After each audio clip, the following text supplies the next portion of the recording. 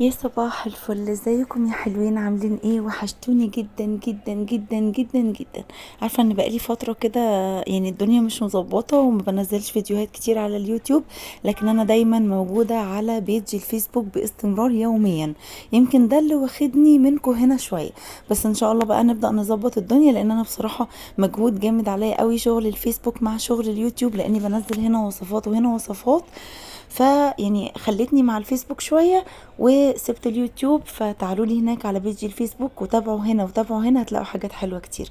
اللي لسه اول مرة بيشوفني، انا سالي سعد، ما تنسوش تشتركوا في قناة اليوتيوب وبيجي الفيسبوك، ولايك وشير لو عجبكم الفيديو. وتعالوا نعمل اجمل شاورما مصري.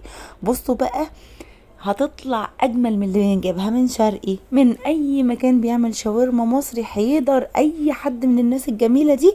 عايزه اقول لكم ان احنا هننافسهم بقى، وهنعمل شويه سندوتشات، لكن من الاخر. مكونات بسيطه، مقادير مظبوطه جدا. عايزه اقول لكم ان الطعم حكايه. الخيار المخلل انا عملته معاكم ونزلته على بيج الفيسبوك، ما تنسوش تروحوا تشوفوه شكله بالجمال ده مع الساندوتش الخرافه ده. ويلا نبدا بسرعه. اول حاجه بقى، معايا كيلو من اللحمه. قطعيه اللحمه اللي معايا فليتو. الفليتو طبعا كلنا عارفين ان هو بيستوي بسرعه، يعني يا دوب كده بيشوف النار بيستوي. قطعتها بقى تقطيعه الشاورما، حطيت عليها ربع كوبايه من الخل، وده مهم جدا وما تقلقوش طعمه مش هيبان. حطيت ربع معلقه من الملح، شويه من الفلفل الاسود، شويه من السبع بهارات، حطيت كمان شوية من القرنفل المطحون وده بيفرق معايا جدا، ودي شوية من الشطة. طبعا المقادير بالكميات اللي انتوا عايزينها حسب يعني الحدق اللي انتوا عايزينه. حطيت كمان توم باودر وبصل باودر. ودي بقى قطع شرايح من اللية، عندي لية ضاني كده اللي هي بتاعت الخروف، قطعت منها شرايح وحطيت شوية مع التقطيعة بتاعت شاورما عشان تتبل معاها. طبعا اللية دي غير اللي احنا هنسوي فيها الشاورما. هقلبها بقى كويس زي ما انتوا شفتوا كده، هسيبها شوية في التلاجة لو تحبوا. انا بالنسبة لي اشتغلت بيها على طول. التتبيلة بتاعتي قوية متعتقة كده في اللحمة ومدية ريحة حلوة وانا بعملها، فهشتغل على طول. الطاسه بتاعتي بقى حطيت معلقه من الزيت ونزلت بكام شريحه من الليه. زي ما قلت لكم، الليه اللي انا هسوي فيها دي غير اللي انا خلطتها مع الشاورما. ده علشان خاطر الليه اللي في الطاسه هتنزل الدهون بتاعتها وهتغير لونها دلوقتي، لكن انا عايزه اللي انا متبلاها مع اللحمه، عايزه احس بطعمها في الساندوتشات. اللي هي بقى بدأت تنزل الدهن بتاعها اهو زي ما انتوا شايفينه، وابدأ انزل بقى بالشاورما بتاعتي. انا مش عايزه احط الشاورما فوق بعض يعني تنزل ميه كتير، انا عايزه يا دوب هتنزل لي شقشاق ميه كده تشربه تستوى فيه، هي مش هتاخد بالظبط 5 دقايق على النار. فهحط كده بقى الشاورما بتاعتي جنب بعضها.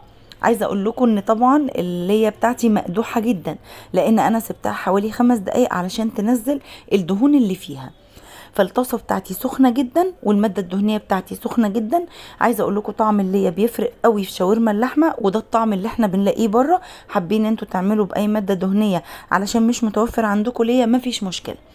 حطيت بقى كميه الشاورما واديت لها بس رشه كزبره ناشفه، دي الحاجه الوحيده اللي انا حطيتها عليها من على الوش. هبدا بقى ان انا اقلب الشاورما كده، شوفوا بدات تنزل يعني ميه خفيفه، وده لان الطاسه بتاعتي كانت سخنه جدا. هقلبها بقى كلها كده وهسيبها تستوي مع بعضها ومع اللية لغاية ما تشرب المية اللي نزلت منها دي خالص. زي ما قلت لكم، قطعية الفيليتو ما بتاخدش سوا على النار.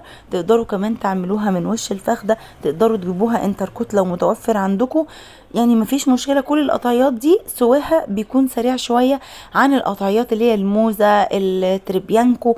القطعيات دي بتكون يعني شديدة شوية في التسوية. شوفوا بقى خلاص، هبدأ اسيبها بقى كده، هغطي عليها شوية وهبدأ ان انا اسيبها تشرب المية اللي نزلت منها.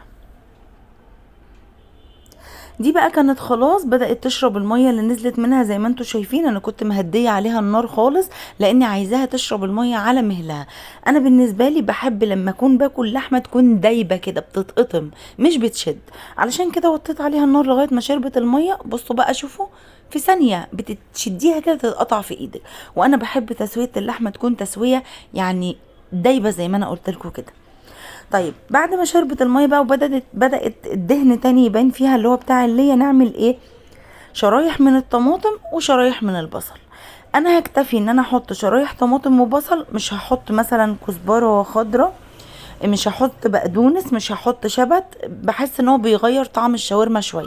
لكن جربوها بقى بالطماطم والبصل كده خرافه. تقلبتين اتنين علشان انا مش عايزاهم يدوبوا خالص فيها، عايزه احس بالجرشه بتاعه البصل والطماطم. ودلوقتي بقى هطفي فيها فحمايه كده، انا حطيتها بس على الارضيه عشان تاخد من الدهن بتاع اللي ما احطلهاش ماده دهنيه تاني، وهحطها على حته الفويل اللي انا حطاها دي وهغطي عليها تشرب كل الدخان اللي طالع من الفحمه. وكده انا اخدت طعم الفحم بتاعي في الشاورما.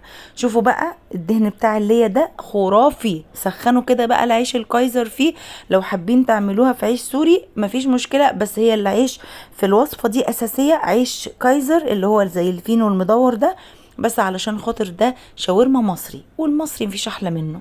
نروح للسوري ناكل شاورما سوري نظبط الدنيا، لكن الاول والاخر طعم الشاورما المصري لا غنى عنه.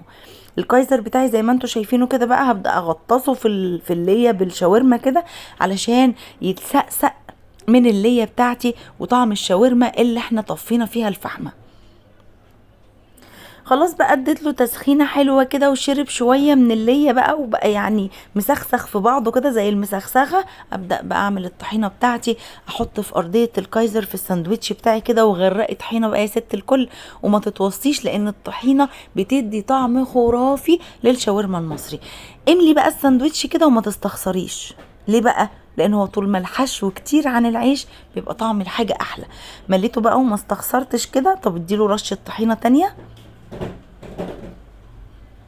شوفوا كده بقى حكايه بجد تسلم ايدي. عايزه اقول لكم ان وانا بمنتج الفيديو دلوقتي نفسي راحت له تاني من اول وجديد.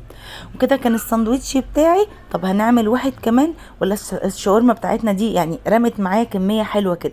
شوفوا بقى بيبظ وبيلظ ازاي، بجد بجد جميل ما شاء الله. الكيلو عمل معايا حوالي 5 ساندوتشات، وده علشان خاطر انا ماليه الساندوتش جدا. يعني شوفوا هو مليان ما شاء الله، الحشو كتير فيه وباين كده وحلو وجميل. الطعم بقى مش هقول لكم عليه، هسيبكم تجربوه.